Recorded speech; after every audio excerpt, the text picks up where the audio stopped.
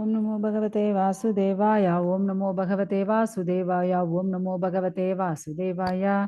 ನಾರಾಯಣ ನಮಸ್ಕೃತ್ಯಂ ನರಂ ಚೈವ ನರೋತ್ತಮಂ ದೇವೀಂ ಸರಸ್ವತಿಂ ವ್ಯಾಸಂ ತತೋ ಜಯವುದಿರೆ ನಷ್ಟಪ್ರಾಯಶಬ್ದರ್ಶನಿತ್ಯಂ ಭಾಗವತ ಸೇವ್ಯ ಭಗವತಿ ಉತ್ತಮ ಶ್ಲೋಕೆ ಭಕ್ತಿರ್ವತಿನ ಶಮಂ ಕರೋತಿ ವಾಚಾಲಂ ಪಂಗುಂ ಲಂಘಾಯತೆ ಹಿರ್ಮತ್ಕೃಪಾತಮಹಂ ವಂದೇ ಶ್ರೀಗುರು ದೀನತಾರಿಣ ಪರಮಾನಂದಮಾಧವ ಶ್ರೀ ಚೈತನ್ಯೇಶ್ವರಂ.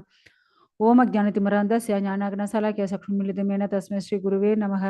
ನಮೋ ವಿಷ್ಣುಪದಾಯ ಕೃಷ್ಣ ಪ್ರಸಾದ ಬದಲು ಶ್ರೀಪತಿ ಜಯಪದಾಗ ಸ್ವಾಮಿ ನಮೋ ನಮೋ ತಮ್ಮ ತಾಯನಗರ ಗ್ರಾಮಧಾರಿಣಿ ನಮೋ ಓಂ ವಿಷ್ಣುಪದಾಯ ಕೃಷ್ಣ ಪ್ರಸಾದ ಬದಲು ಶ್ರೀಮತಿ ಭಕ್ತಿ ವೇದಾಂತ ಸ್ವಾಮಿ ದಿನಾಮಿನಿ ನಮಸ್ತೆ ಸರಸ್ವತಿ ದೇವಿಯ ಗೌರವಾಣಿ ಪ್ರಚಾರಿ ನಿರ್ವಿಶೇಷ ಶೂನ್ಯವಾದಿ ಭಾಷಾತೆ ದೇಶಧಾರಣೆ ಜೈ ಶ್ರೀಕೃಷ್ಣ ಚೈತನ್ಯ ಪ್ರಭು ನಿತ್ಯಾನಂದ ಶ್ರೀ ಅದ್ವೈತ ಗದಾಧಾರ ಶ್ರೀವಾಸದೆ ಗೌರವ ಭಕ್ತವೃಂದ. ಹರೇ ಕೃಷ್ಣ ಕೃಷ್ಣ ಕೃಷ್ಣ ಹರೇ ಹರೇ ಹರೇ ರಾಮ ರಾಮ ರಾಮ ಹರೇ ಹರೇ. ಹರೇ ಕೃಷ್ಣ. ಎಲ್ಲರಿಗೂ ನಮಸ್ಕಾರ. ಸೊ ಇವತ್ತು Srimad Bhagavatam 9th canto 4th chapter ದುರ್ವಾಸರು ಅಂಬರೀಷ್ ಮಹಾರಾಜರ ಹತ್ರ ಏನ್ ಅಪರಾಧ ಮಾಡಿದ್ದಾರೆ ಅದ್ರ ಬಗ್ಗೆ ನಾವು ನೋಡ್ತಾ ಇದ್ದೀವಿ. ಸೊ ಇಲ್ಲಿ ಬಂದು ನಬಕ. ಓಕೆ, ಸೊ ಈ ನಬಕ ಇವರು ಬಂದು ಲೇಟಾಗ ಗುರುಕುಲ ಎಂದು ಬಂದಿದ್ದಾರೆ.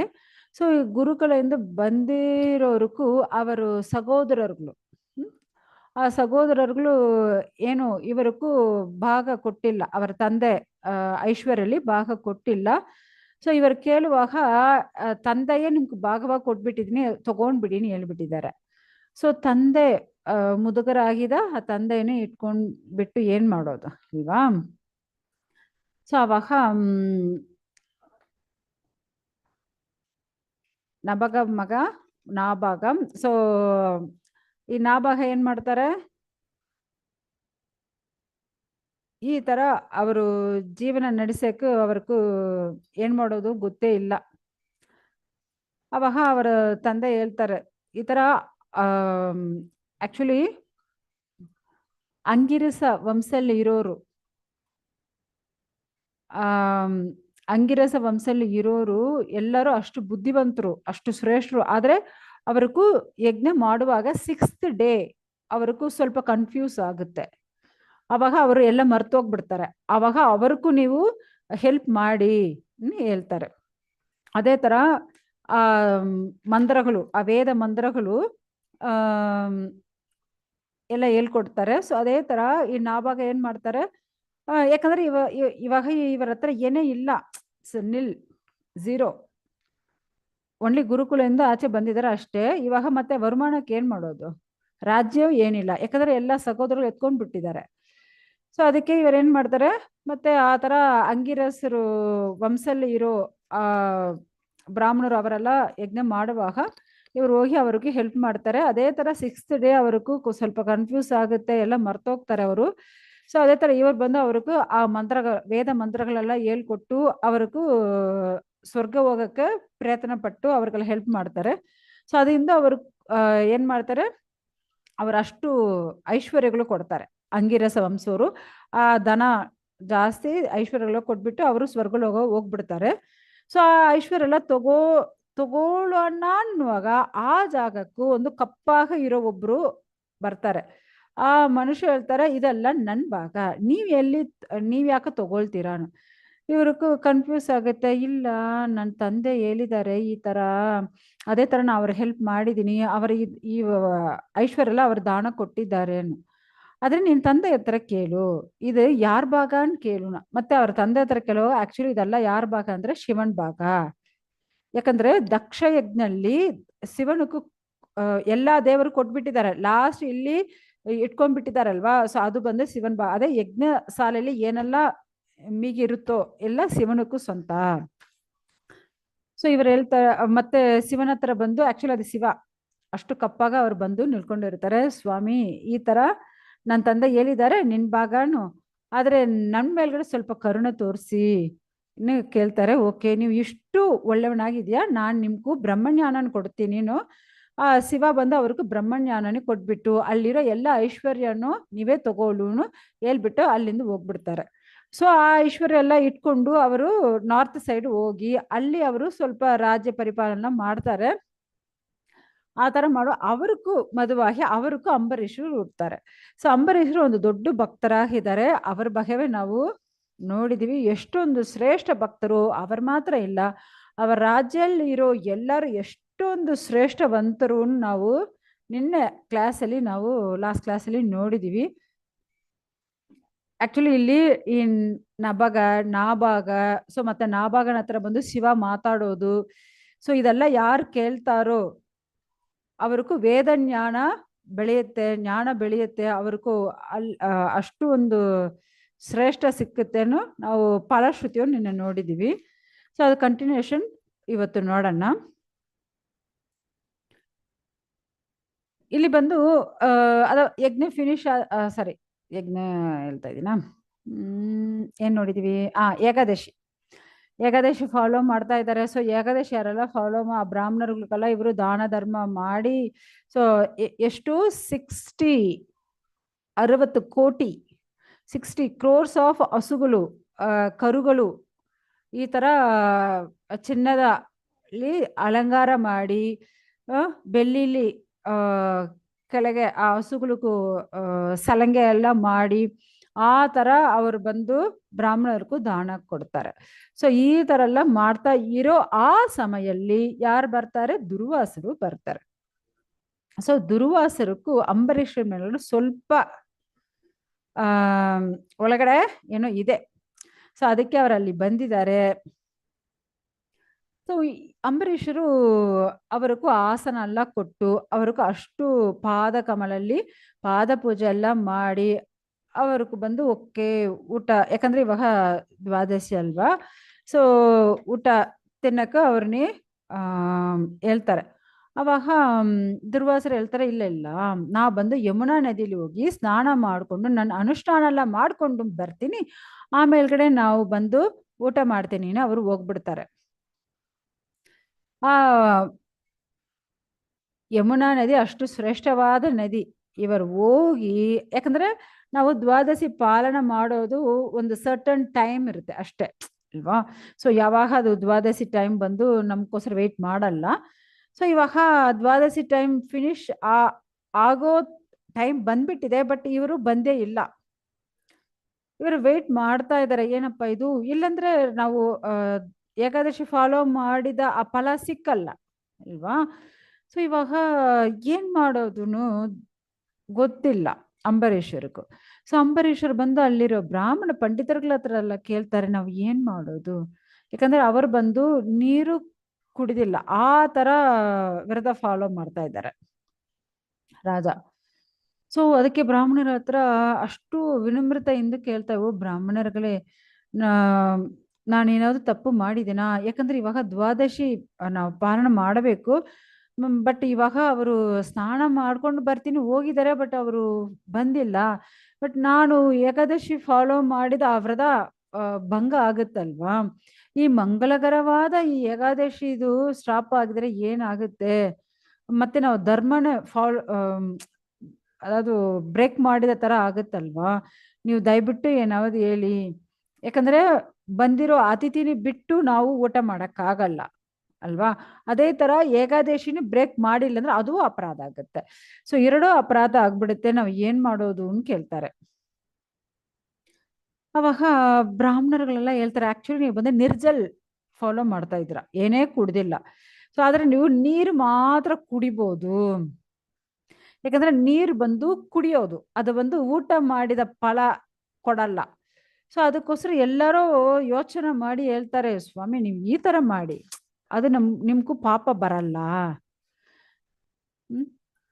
ಯಾಕಂದ್ರೆ ನೀವು ಬಂದು ಒಂದು ಶ್ರೇಷ್ಠ ರಾಜ, ಈ ತರ, ಯಾಕಂದ್ರೆ ರಾಜ ಪರ್ಫೆಕ್ಟ್ ಆಗಿದ್ರೆ ಪ್ರಜೆಗಳು ಪರ್ಫೆಕ್ಟ್ ಆಗಿ ಇರ್ತಾರಲ್ವಾ.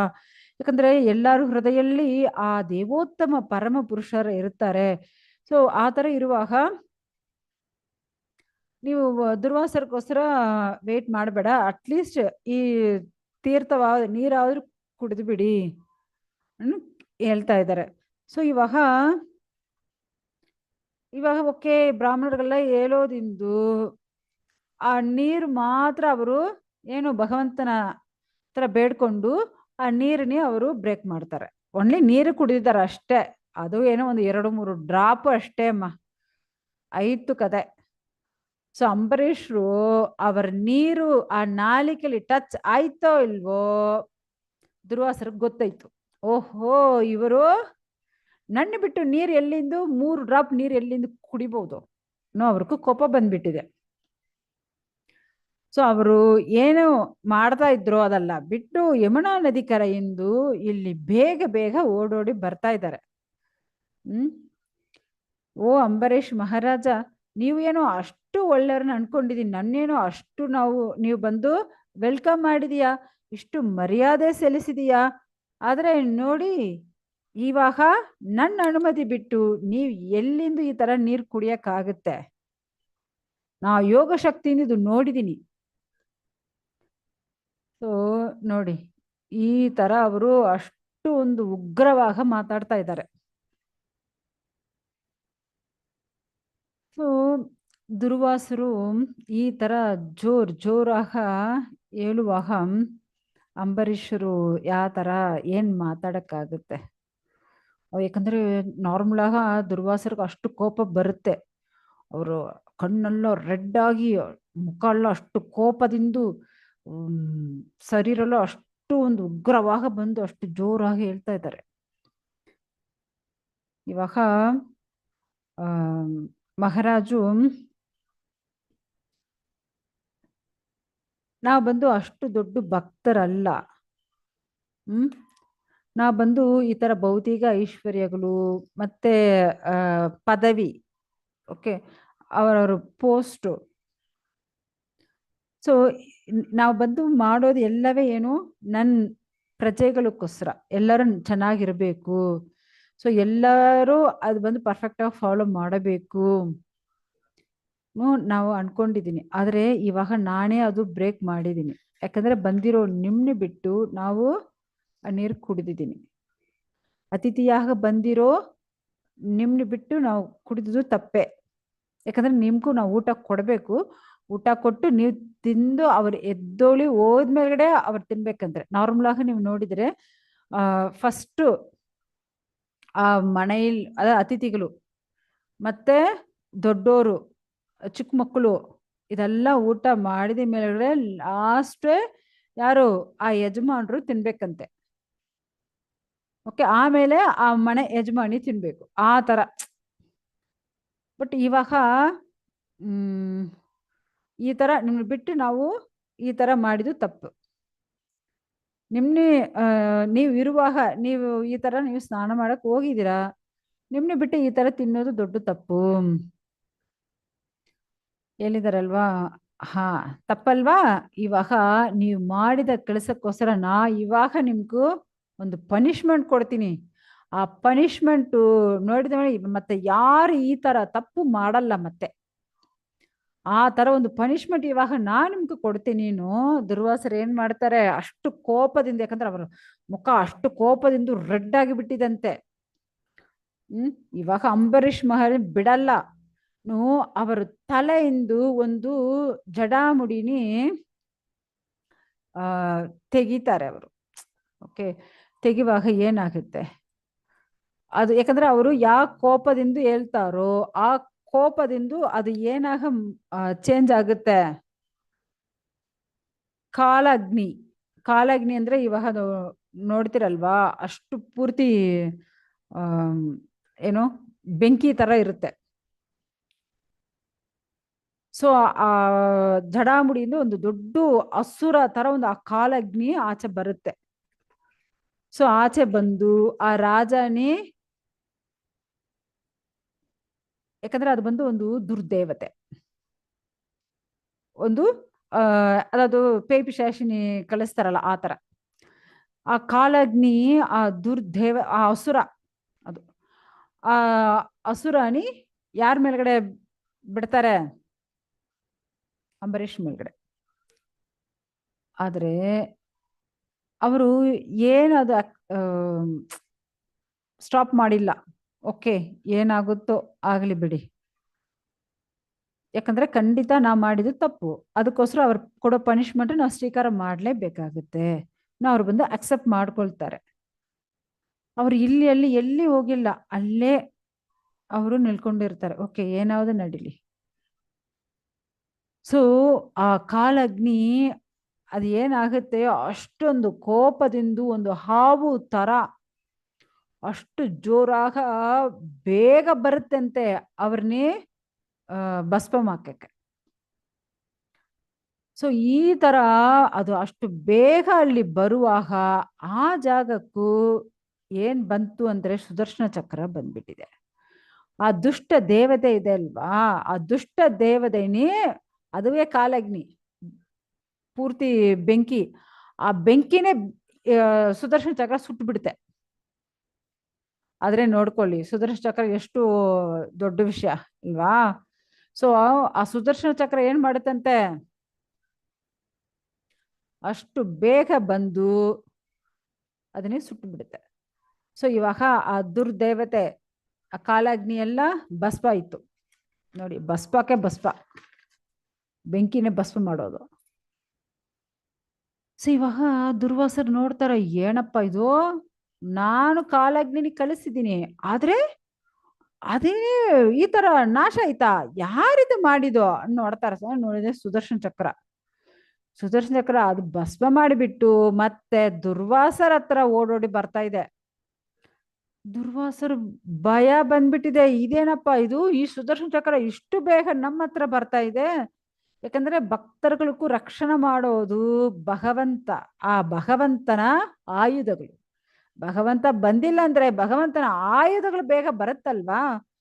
ಸೊ ಇಷ್ಟು ದೊಡ್ಡ ಕಾಲಗ್ನಿನೇ ಅದು ಭಸ್ಮ ಆಗಿ ಈ ತರ ಇವರ ಹತ್ರ ಬೇಗ ಬರೋದು ನೋಡಿ ಏನ್ ಮಾಡೋದನ್ನೇ ಗೊತ್ತಿಲ್ಲ. ಓ ಇದು ಆ ದೇವೋತ್ತಮ ಪರಮಪುರುಷನ ಸುದರ್ಶನ ಚಕ್ರ ಅಲ್ವಾ. ಅದು ಅಷ್ಟು ಬೇಗ, ಯಾಕಂದ್ರೆ ಅದರಿಂದ ಅಷ್ಟೊಂದು ಬಿಸಿಲು ಬರ್ತಾ ಇದೆ. ಸೊ ಆ ಬಿಸಿಲಿಂದು ಅವರು ಬ್ಯಾಕ್ ಸೈಡು ಪೂರ್ತಿ ಅವ್ರಿಗೂ ನೋವಾಗ್ತಾ ಇದೆ.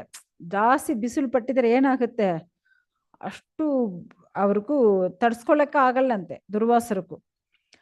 ಅವರು ಅಲ್ಲಿರೋ ಮೇರು ಪರ್ವತ ಅಲ್ಲಿ ಅಷ್ಟು ಬೇಗ ಓಡೋಡ್ತಾ ಇದ್ದಾರೆ. ಅಲ್ಲಿರೋ ಗುಹೆ ಎಲ್ಲಿ ಓಡಿಡಿದ್ರೆ ಅದು ಬ್ಯಾಕ್ ಸೈಡ್ ಓಡೋಡ್ ಬರ್ತಾ ಇದೆ.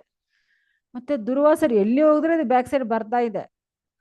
ಬಟ್ ಅವ್ರನ್ನ ಸಾಯಿಸಿಲ್ಲ, ಒನ್ಲಿ ಅವ್ರನ್ನ ಸುಡ್ತಾ ಇದೆ ಅಷ್ಟೇ. ಸೊ ಇವರು ಆಕಾಶ, ಭೂಮಿ, ಎಲ್ಲಿರೋ ಗುಫಾ ಮತ್ತೆ ಸಮುದ್ರ ಎಲ್ಲಾ ಜಾಗಲ್ಲೂ ಓಡಾಡ್ತಾ ಇದ್ದಾರೆ. ಮತ್ತೆ 3 ಲೋಕ ಎಲ್ಲಾ ಜಾಗಕ್ಕೂ ಓಡಾಡ್ತಾ, ಎಲ್ಲಾ ಗ್ರಹಗಳಿಗೂ ಓಡಾಡ್ತಾ ಇದ್ದಾರೆ. ಸ್ವರ್ಗಲೋಕ ಓಡಾಡ್ತಾ ಇದ್ದಾರೆ. ಎಲ್ಲಿ ಹೋಗಿದ್ರೆ ಸುದರ್ಶನ ಚಕ್ರ ಸ್ಟಾಪೇ ಆಗಿಲ್ಲ. ಯಾರೇ ಸಗಿಸ್ಕೊಳ್ಳಕ್ಕಾಗಲ್ಲ, ಅಷ್ಟು ಜೋರಾಗಿ ಅದು ಬರ್ತಾ ಇದೆ.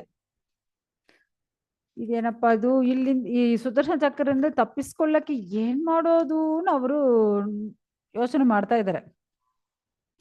ಅವ್ರಿಗೂ ಅದೇ ನೋಡಿ, ಇಲ್ಲಿ ಇಲ್ಲಿನೂ ಓಡಾಡ್ತಾ ಇದ್ದಾರೆ. ಒಂದು ಜಾಗದಲ್ಲಿ ಅವರು ನಿಲ್ಲಕ್ ಆಗಲ್ಲ, ಯಾಕಂದ್ರೆ ಅವ್ರನ್ನ ರಕ್ಷಣೆ ಮಾಡ್ಕೋಬೇಕಲ್ವಾ. ಸೊ ಅದಕ್ಕೆ ಅವರು ಓಡೋಡಿ ಬ್ರಹ್ಮದೇವನ ಹತ್ರ ಹೋಗ್ತಾರೆ. ಓ ಬ್ರಹ್ಮದೇವರೇ, ನೋಡಿ ಈ ಇಷ್ಟು ಆ ದೇವೋತ್ತಮ ಪರಮ ಪುರುಷನ ಸುದರ್ಶನ ಚಕ್ರ ನಮ್ನೆ ಸುಡ್ತಾ ಇದೆ. ಅದಿಂದ ನಮ್ನೆ ತಪ್ಪಿಸ್ಕೊಳ್ಳಕ್ಕೆ ಏನಾದ್ರು ಉಪಾಯ ಹೇಳಿ ಸ್ವಾಮಿ, ದಯವಿಟ್ಟು ನಮ್ನೆ ರಕ್ಷಣೆ ಮಾಡಿ ಏನು ಕೇಳ್ತಾರೆ. ಇವಾಗ ಬ್ರಹ್ಮದೇವರು ಹೇಳ್ತಾರೆ, ಆಕ್ಚುಲಿ ದ್ವಿಪರಾರ್ಥ ಲಾಸ್ಟು ಈ ತರ ಬೆಂಕಿ ಬಂದು ಸುಟ್ಟು ಎಲ್ಲ ಪ್ರಪಂಚ ನಾಶ ಆಗುತ್ತೆ. ಆ ತರ ಬಂದ್ಬಿಟ್ಟಿದೆ. ಅದು ಸ್ಟಾಪ್ ಮಾಡೋದು ಯಾರ ಹತ್ರ ಇಲ್ಲ. ನೀವು ಎಲ್ಲಿ ಹೋಗಿದ್ರೇನೆ ಅದು ಯಾರನ್ನೇ ಕಂಟ್ರೋಲ್ ನಾನಾಗ್ಲಿ, ಶಿವ ಆಗ್ಲಿ, ದಕ್ಷ ಆಗ್ಲಿ, ಭೃಹು ಆಗ್ಲಿ, ಯಾರು ಎಷ್ಟು ದೊಡ್ಡ ಋಷಿಗಳಾಗ್ಲಿ, ಜೀವರಾಶಿಗಳಾಗ್ಲಿ, ಈ ಮನುಷ್ಯ ಸಮುದಾಯದಲ್ಲಿ ಇರೋರಾಗ್ಲಿ, ದೇವರುಗಳಾಗ್ಲಿ, ಯಾರು ಇದು ಸ್ಟಾಪ್ ಮಾಡಕ್ಕಾಗಲ್ಲ. ಸೊ ಆ ದೇವೋತ್ತಮ ಪರಮ ಪುರುಷ ಆ ವಿಷ್ಣುವಿನ ಬೇಕಂದ್ರೆ ನೀವು ಹೋಗಿ ಶರಣಾಗತಿ ಮಾಡಿ, ಅವರೇ ಎಲ್ಲಾ ಜೀವರಾಶಿ ರಕ್ಷಣೆ ಮಾಡೋರು. ಬೇಕಂದ್ರೆ ಅವರ ಹತ್ರ ಹೋಗಿಯಪ್ಪ ಹೇಳ್ತಾರೆ. ಈ ಸುದರ್ಶನ ಚಕ್ರ ಅಷ್ಟೊಂದು ಆ ಪ್ರಕಾಶ ಅಷ್ಟೊಂದು ಸುಡ್ತಾ ಇದೆ. ಆ ಬಿಸಿಲು ಅದು ಅದು ತಡ್ಸ್ಕೊಳಕ್ ಆಗಲ್ಲಂತೆ ದುರ್ವಾಸರು. ಮತ್ತೆ ಇವಾಗ ಬ್ರಹ್ಮದೇವರು ಬಿಟ್ಬಿಟ್ಟಿದ್ದಾರೆ. ಮತ್ತೆ ದುರ್ವಾಸರು ಅಲ್ಲಿಂದ ಕೈಲಾಸಕ್ಕೆ ಓಡಾಡ್ತಾ ಇದ್ದಾರೆ. ಕೈಲಾಸಲ್ಲಿ ಹೋಗಿ ಶಿವನ ಹತ್ರ ಬೇಡ್ಕೊಳ್ತಾ ಇದ್ದಾರೆ, ಓ ಶಿವ, ನೀವಾದ್ರೆ ನಮ್ಮನ್ನ ರಕ್ಷಣೆ ಮಾಡಿ ಸ್ವಾಮಿ. ಅವರು ಹೇಳ್ತಾರೆ, ಶಿವ ಹೇಳ್ತಾರೆ, ಓ ನನ್ನ ಪ್ರಿಯ ಪುತ್ರ, ನಾನಾಗ್ಲಿ ಬ್ರಹ್ಮನಾಗ್ಲಿ ದೇವರುಗಳಾಗ್ಲಿ ನಾವು ಯಾರು ಇದರಿಂದ ರಕ್ಷಣೆ ಮಾಡಕ್ಕಾಗಲ್ಲ. ಈ ಪ್ರಪಂಚದಲ್ಲಿರೋ ಆ ದೇವೋತ್ತಮ ಪರಮ ಪುರುಷ ಶಕ್ತಿಗೂ ಈಕ್ವಲು ಬೇರೆ ಯಾರು ಇಲ್ಲ. ಸೊ ಈ ಪ್ರಪಂಚನೇ ರಕ್ಷಣೆ ಮಾಡೋದು ಯಾರು? ಆ ಭಗವಂತ. ನೀವು ಅವರ ಹತ್ರ ಹೋಗಿ ಶರಣಾಗತರಾಗಿ, ನಾವು ಯಾರು ಇದು ಸ್ಟಾಪ್ ಮಾಡಕ್ ಆಗಲ್ವೇ? ಯಾಕಂದ್ರೆ ಇದು ಕಂಟ್ರೋಲ್ ಮಾಡೋನು ಅವನಲ್ವಾ? ಅವನ ಹತ್ರ ಹೋಗಿ ಶಿವನು ಹೇಳ್ತಾ ಇದ್ದಾರೆ. ಯಾಕಂದ್ರೆ ಶಿವ ಹೇಳ್ತಾ ಇದ್ದಾರೆ, ನಾನಾಗ್ಲಿ ಸನತ್ ಕುಮಾರರಾಗ್ಲಿ ನಾರದರಾಗ್ಲಿ ಬ್ರಹ್ಮದೇವರಾಗ್ಲಿ ಕಪಿಲರು, ಯಾರು ದೇವಹೂತಿ ಪುತ್ರ, ಅದೇ ತರ ವ್ಯಾಸರು, ಮತ್ತೆ ದೇವಲರು, ಯಮಧರ್ಮರಾಜರು, ಆಸುರಿ, ಮರೀಚಿ, ಈ ತರ ದೊಡ್ಡ ದೊಡ್ಡ ಋಷಿಗಳೆಲ್ಲ ಇದೀವಿ. ಆದ್ರೆ ನಮ್ಗೆಲ್ಲ ಮತ್ತೆ ಇವಾಗ ಏನಾಗುತ್ತೆ, ಇನ್ ಫ್ಯೂಚರ್ ಏನಾಗುತ್ತೆ ಎಲ್ಲ ನಮ್ಗೆ ಗೊತ್ತು. ಆದ್ರೆ ಭಗವಂತ ಏನ್ ಮಾಡ್ತಾನೆ ಗೊತ್ತಾ? ಆ ಮಾಯ ಶಕ್ತಿಯಿಂದ ಒಂದು ಕ್ಷಣದಲ್ಲಿ ಏನ್ ಬೇಕಂದ್ರೆ ಅವನು ಚೇಂಜ್ ಮಾಡ್ಬಿಡ್ತಾನಂತೆ. ಆದ್ರೆ ಆ ಮಾಯ ಶಕ್ತಿ ಕಂಟ್ರೋಲ್ ಮಾಡೋಣ ಭಗವಂತ. ಸೊ ಆ ತರ ಇರುವಾಗ ನಾವೆಲ್ಲ ಏನ್ ಮಾಡಕ್ಕಾಗುತ್ತೆ ಸ್ವಾಮಿ? ಈ ಸುದರ್ಶನ ಚಕ್ರನಿ ಕಂಟ್ರೋಲ್ ಮಾಡೋದು ನಮ್ ಕೈಯಲ್ಲಿ ಇದೆಯಾ ಏನು? ನೀವು ಎಲ್ಲಿ ಹೋಗಿದ್ರೆ ಯಾರು ನಿಮ್ಗೂ ರಕ್ಷಣೆ ಮಾಡಕ್ಕಾಗಲ್ಲ. ಬೇಕಂದ್ರೆ ನೀವು ಅಸಾಕ್ಷ ದೇವೋತ್ತಮ ಪರಮ ಪುರುಷ ವಿಷ್ಣು ಹತ್ರ ಹೋಗಿ ಶರಣಾಗತರಾಗಿ, ನಿಮ್ಗೂ ಸರ್ವಮಂಗಳ ಉಂಡಾಗಿಲಿ ಆಶೀರ್ವಾದ ಮಾಡಿ ಕಳಿಸ್ತಾರಂತೆ. ಮತ್ತೆ ಶಿವನ ಹತ್ರ ಹೋಗಿ ಹೇಳಿದ್ರೆ ಮತ್ತೆ ಶಿವವು ಈ ತರ ಹೇಳ್ಬಿಟ್ಟಿದ್ದಾರೆ. ಮತ್ತೆ ದುರ್ವಾಸರು ಅಲ್ಲಿಂದು ಸಾಕ್ಷಾತ್ ಆ ನಾರಾಯಣನಿರೋ ಆ ಜಾಗಕ್ಕೂ ಹೋಗ್ತಾ ಇದ್ದಾರೆ, ಓಡಾಡ್ತಾ ಇದ್ದಾರೆ. ಲಕ್ಷ್ಮೀನಾರಾಯಣ ನಿತ್ಯವಾಸ ಮಾಡೋ ಆ ವೈಕುಂಠಕ್ಕೂ ಓಡಾಡ್ತಾ ಇದ್ದಾರೆ. ಆ ಸುದರ್ಶನ ಚಕ್ರ ಅಲ್ಲಿಯೂ ಅವ್ರ ಬ್ಯಾಕ್ ಸೈಡ್ ಬರ್ತಾ ಇದೆ. ಸೊ ಅವ್ರನ್ನೇ ಏನೋ ಅಷ್ಟು ಸುಡ್ತಾ ಇದೆ ಅಂತೆ. ಸೊ ಮಹಾಯೋಗಿಯಾನ ದುರ್ವಾಸರು ಅಷ್ಟು ಅವರು ಶರೀರ ಎಲ್ಲ ಅಷ್ಟು ಶಿವರಿಂಗ್ ಆಗ್ತಾ ಇದೆ ಅಂತೆ. ಆ ನಾರಾಯಣ ಪದ್ಮ ಪಾದಲ್ಲಿ ಬಿದ್ದು ಅವರು ಹೇಳ್ತಾ ಇದ್ದಾರೆ, ಸ್ವಾಮಿ, ಓ ದೇವೋತ್ತಮ ಪರಮ ಪುರುಷ, ಅದು ನೀವೇ ಈ ಪ್ರಪಂಚನ ರಕ್ಷಣೆ ಮಾಡೋರು. ಓ ಭಗವಂತ, ನಿನ್ ಭಕ್ತರುಗಳು ಏನ ಆಸೆ ಪಡ್ತಾರೋ ಅದೆಲ್ಲ ನೆರವೇರಿಸೋನು ನೀವೇ. ಆದ್ರೆ ಇವಾಗ ನೋಡಿ, ನಾವೊಂದು ದೊಡ್ಡ ತಪ್ಪು ಮಾಡಿಬಿಟ್ಟಿದ್ದೀನಿ, ದಯವಿಟ್ಟು ನಮ್ಮನ್ನ ರಕ್ಷಣೆ ಮಾಡಿ ಸ್ವಾಮಿ ಅವ್ರು ಬಂದು ಕೇಳ್ತಾ ಇದ್ದಾರೆ. ಯಾಕಂದ್ರೆ ಓ ದೇವೋತ್ತಮ ಪರಮ ಪುರುಷ, ನೀವೇ ಎಲ್ಲಾರನ್ನ ಕಂಟ್ರೋಲ್ ಮಾಡೋರು, ಎಲ್ಲಾರನ್ನ ರಕ್ಷಣೆ ಮಾಡೋರು, ನೀವೇ ಯಜಮಾನರು, ಅದಾವುದು ಅನ್ಲಿಮಿಟೆಡ್ ಶಕ್ತಿ ಇರೋರು ನೀವೇ. ಓ ದೇವೋತ್ತಮ ಪರಮ ಪುರುಷ, ನಾವು ನಿನ್ ಭಕ್ತ ಒಬ್ಬನಕ್ಕೂ ತಪ್ಪು ಮಾಡಿದೀನಿ ಸ್ವಾಮಿ. ನಾವು ಎಷ್ಟು ದೊಡ್ಡ ತಪ್ಪು ಮಾಡಿದೀನಿ ಇವಾಗ ನಮ್ಗೆ ಗೊತ್ತಾಗ್ತಾ ಇದೆ. ದಯವಿಟ್ಟು ನಮ್ಮನ್ನ ರಕ್ಷಣೆ ಮಾಡಿ ಸ್ವಾಮಿ. ನಾವು ನರಕಕ್ಕೂ ಹೋಗೋಕ್ಕೂ ಸಿದ್ಧವಾಗಿದ್ದೀನಿ, ಆದ್ರೆ ಇದು ತಡ್ಸ್ಕೊಳ್ಳಕ್ಕ ಆಗಿಲ್ವೇ? ದಯವಿಟ್ಟು ನಮ್ಮನ್ನ ರಕ್ಷಣೆ ಮಾಡಿ ಅವ್ರು ಬಂದು ಕೇಳ್ಕೊಳ್ತಾ ಇದ್ದಾರೆ. ಸೊ ಇವಾಗ ಭಗವಂತ ಏನ್ ಹೇಳ್ತಾರೆ ಗೊತ್ತಾ? ಶ್ರೀ ಭಗವಾನುವಾಚ ಅಹಂ ಭಕ್ತ ಪರಾಧೀನಹಿ. ನೋಡಿ ಏನ್ ಹೇಳ್ತಾರೆ ಭಗವಂತ? ಭಕ್ತ ಪರಾಧೀನ. ಸೊ ನನ್ನ ಭಕ್ತರುಗಳನ್ನ ಏನ್ ಇಷ್ಟ ಪಡ್ತಾರೋ ನನ್ನ ಕಂಟ್ರೋಲ್ ಮಾಡದೆ ನನ್ನ ಭಕ್ತರುಗಳು. ಮತ್ತವ್ರನ್ನೆಲ್ಲ ನಾ ಕಂಟ್ರೋಲ್ ಮಾಡ್ತೀನಿ, ಆದ್ರೆ ನನ್ನ ಕಂಟ್ರೋಲ್ ಮಾಡೋರು ಯಾರು? ನನ್ನ ಭಕ್ತರುಗಳೇ ಕಂಟ್ರೋಲ್ ಮಾಡ್ತಾರೆ. ನಾವು ಫುಲ್ ಅಂಡ್ ಫುಲ್ ನನ್ನ ಕಂಟ್ರೋಲ್ ಮಾಡೋರು ಯಾರು? ನನ್ನ ಭಕ್ತರುಗಳೇ. ನನ್ನ ಭಕ್ತರುಗಳು ಏನ್ ಹೇಳ್ತಾರೋ ಅದೇ ನಾನ್ ಮಾಡ್ತೀನಿ. ನನ್ನ ಭಕ್ತರುಗಳು ಒಂದು ಪ್ರಾಬ್ಲಮ್ ಅಂದ್ರೆ ನಾನೇ ಫಸ್ಟ್ ಹೋಗಿ ನಿಲ್ಕೊಂಡ್ ಬಿಡ್ತೀನಿ. ಆಕ್ಚುಲಿ ನನ್ನ ಭಕ್ತರುಗಳಿಗೂ ಆಕ್ಚುಲಿ ನನ್ಗೆ ಯಜಮಾನ್ರೆ ನನ್ನ ಭಕ್ತರುಗಳು. ನೋಡಿ, ಯಾಕಂದ್ರೆ ನನ್ನ ಭಕ್ತರುಗಳೆಲ್ಲ ಈ ಭೌತಿಕ ಆಸೆ ಏನೇ ಇರೋದಿಲ್ಲ. ಅವರುಗಳು ಹೃದಯಲ್ಲಿ ಅಷ್ಟು ಒಂದು ಭಕ್ತಿ ಮಾಡೋದಿಂದು ಅವರಿಗೂ ನಾನಂದ್ರೆ ಅಷ್ಟು ಪ್ರಿಯ. ನನಕಂದೆ ನನ್ನ ಭಕ್ತರುಗಳಂದ್ರೆ ಜಾಸ್ತಿ ಪ್ರಿಯ. ಅವ್ರಿಗೂ ಯಾವೊಂದು ಭೌತಿಕ ಆಸೆಯೇ ಇರೋದಿಲ್ಲ. ಆ ತರ ಇರೋರು ನನ್ನ ಏನ್ ಬೇಕಂದ್ರೆ ಮಾಡಬಹುದು. ಆ ತರ ಭಕ್ತರುಗಳಿಗೂ ಓ ಬ್ರಾಹ್ಮಣ ಶ್ರೇಷ್ಠ, ಈ ತರ ಒಂದು ಸಾಧು ಹತ್ರ ನೀ ಅಪರಾಧ ಮಾಡಿದೀಯ, ಪರಮ ಐಶ್ವರ್ಯ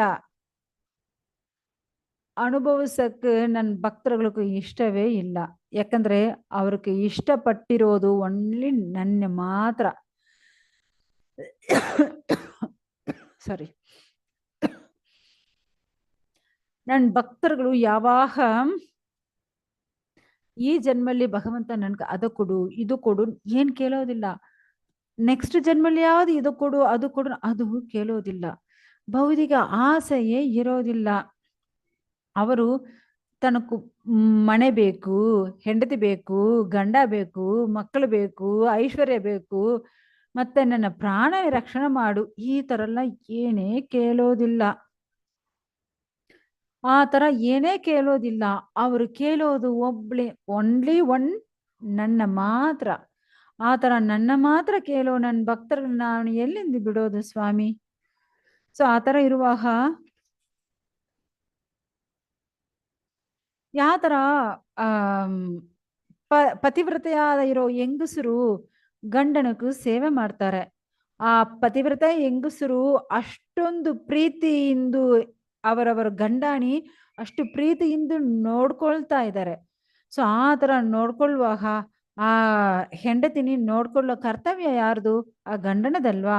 ಆ ತರ ಯಾವೊಂದು ಎದುರು ನೋಡೋದೇ ಇಲ್ಲ ನನ್ನ ಭಕ್ತರುಗಳು, ಆ ಶುದ್ಧ ಭಕ್ತರುಗಳು ನನ್ನ ಮೇಲ್ಗಡೆ ಅಷ್ಟೊಂದು ಪ್ರೀತಿ ಇಟ್ಕೊಂಡ್ಬಿಟ್ಟು ಯಾವಾಗ ನಮ್ಗೂ ಭಕ್ತಿ ಮಾಡ್ತಾ ಇದ್ದಾರೆ. ಆ ತರ ಇರುವಾಗ ಅವರು ಪ್ರೀತಿಯಿಂದ ನಮ್ನೆ ಕಟ್ಟಾಗಿ ಬಿಟ್ಟಿದ್ದಾರೆ ಸ್ವಾಮಿ. ಸೊ ಅದಕ್ಕೆ ಇವಾಗ ನೋಡಿ, ನನ್ನ ಭಕ್ತರುಗಳಿಗೋಸ್ಕರ ನಾನು ಶಾಲೋಗ್ಯ ಮುಕ್ತಿ, ಸಾರುಭ್ಯ ಮುಕ್ತಿ, ಸಾಮೀಪ್ಯ ಮುಕ್ತಿ, ಸಾಷ್ಟಿ ಮುಕ್ತಿ, ಸೊ ಈ ತರ ಏನ್ ಬೇಕಂದ್ರೆ ಅವ್ರಿಗೆ ಕೊಡಕ್ಕೆ ನಾವು ಸಿದ್ಧವಾಗಿ ಇದ್ದೀನಿ. ಆದ್ರೆ ಅವ್ರಿಗೆ ಅದು ಏನೇ ಬೇಕಾಗಿಲ್ಲಂತೆ. ಅವ್ರಿಗೂ ನಾನು ಒಬ್ಬನೇ ಬೇಕಾಗ್ತಾ ಇದೆ. ಅವ್ರಿಗೂ ಈ ಸ್ವರ್ಗ ಎಲ್ಲ ಕೊಡಕ್ಕೂ ನಾವು ಸಿದ್ಧವಾಗಿದ್ದೀನಿ. ಆದ್ರೆ ಅವ್ರಿಗೆ ಅದೆಲ್ಲ ಸಂತೋಷ ಕೊಡಲ್ಲಂತೆ. ಅವ್ರಿಗೆ ಬೇಕಾಗಿರೋದು ಏನು? ನಾನು ಒಬ್ಬನು ಮಾತ್ರ ಅಷ್ಟೇ. ಅವರು ಅವ್ರಿಗೋಸ್ಕರ ಏನ್ ಕೇಳೋದಿಲ್ವೇ? ಅವರು ಕೇಳೋದೆಲ್ಲ ಭಗವಂತನಾಗ ಇರೋ ನನ್ನ ಮಾತ್ರ. ಈ ತರ ಶುದ್ಧ ಭಕ್ತರಾಗ ಇರೋ ಆ ಭಕ್ತರುಗಳು ಹೃದಯಲ್ಲಿ ಪೂರ್ಣವಾಗ ನಾನು ವ್ಯಾಪಿಸಿದ್ದೀನಿ ಸ್ವಾಮಿ. ನನ್ನ ಭಕ್ತರುಗಳು ನನ್ನ ಬಿಟ್ಟು ಬೇರೆ ಏನು ಅವ್ರಿಗೆ ಗೊತ್ತಾಗೋದಿಲ್ಲ. ಅವ್ರು ಬೇರೇನ್ ಕೇಳೋದು ಇಲ್ಲ. ಈ ತರ ಇರೋ ಭಕ್ತರ್ನಿ ಎಲ್ಲಿಂದ ನಾವು ಬಿಡೋದು? ಆದ್ರೆ ಓ ಶ್ರೇಷ್ಠ ಬ್ರಾಹ್ಮಣರೇ, ನಾವು ನಿಮ್ನೆ ರಕ್ಷಣೆ ಮಾಡಕ್ಕಾಗಲ್ಲ. ಆದ್ರೆ ನಾವು ಒಂದು ಅಡ್ವೈಸ್ ಮಾತ್ರ ಕೊಡ್ತೀನಿ. ನೀವು ಯಾರಿಗ ಅಪರಾಧ ಮಾಡಿದೆಯೋ ಅವರ ಹತ್ರ ಹೋಗಿ ನೀವು ಶರಣಾಗತರು ಮಾಡಿ, ಆವಾಗ ನಿಮ್ಗೂ ಒಳ್ಳೇದಾಗುತ್ತೆ ಅಂತ ಹೇಳ್ತಾರೆ. ಯಾಕಂದ್ರೆ ಭಕ್ತನಕ್ಕೋಸ್ಕರ ನನ್ನ ಆಯುಧಗಳು, ಯಾಕಂದ್ರೆ ಅದು ನಾನು ಬಿಟ್ಟಿಲ್ಲ. ನನ್ನ ಭಕ್ತರುಗಳಿಗೂ ಒಂದು ಪ್ರಾಬ್ಲಮ್ ಅಂದ್ರೆ ನನ್ನ ಆಯುಧಗಳು ಅದೇ ಬಂದ್ಬಿಡುತ್ತೆ. ಇವಾಗ ಯಾರು ಬಿಡ್ತಾರೋ ಅದು ಅವ್ರ ತಗೊಳಕ್ಕಾಗತ್ತೆ. ಆದ್ರೆ ನಾನು ಬಿಟ್ಟೇ ಇಲ್ವೇ? ಬಿಟ್ಟಿದ್ರೆ ಅಲ್ವಾ ನಾವು ತಗೊಳ್ಳೋದು? ನಾನು ಬಿಟ್ಟೇ ಇಲ್ಲ. ಸೊ ಈ ತರ ಭಕ್ತರುಗಳಿಗೂ ಅಷ್ಟೊಂದು ಶಕ್ತಿ ಇದೆ. ನನ್ನ ಭಕ್ತರುಗಳಿಗೆ ಏನಾದ್ರು ಪ್ರಾಬ್ಲಮ್ ಅಂದ್ರೆ ನನ್ನ ಆಯುಧಗಳೇ ಅವ್ರನ್ನ ರಕ್ಷಣೆ ಮಾಡುತ್ತೆ. ಸೊ ಅದಕ್ಕೆ ನೀವೇನ್ ಮಾಡಿ, ಹೋಗಿ ಅವರ ಹತ್ರ ಶರಣಾಗತರಾಗಿ ಅಂತ ಹೇಳ್ತಾರೆ. ಸೊ ಇವಾಗ ಅವ್ರಿಗೆ ಗೊತ್ತಾಯ್ತು ಭಕ್ತರುಗಳಂದ್ರೆ ಯಾವ ತರ ಇರ್ಬೇಕು.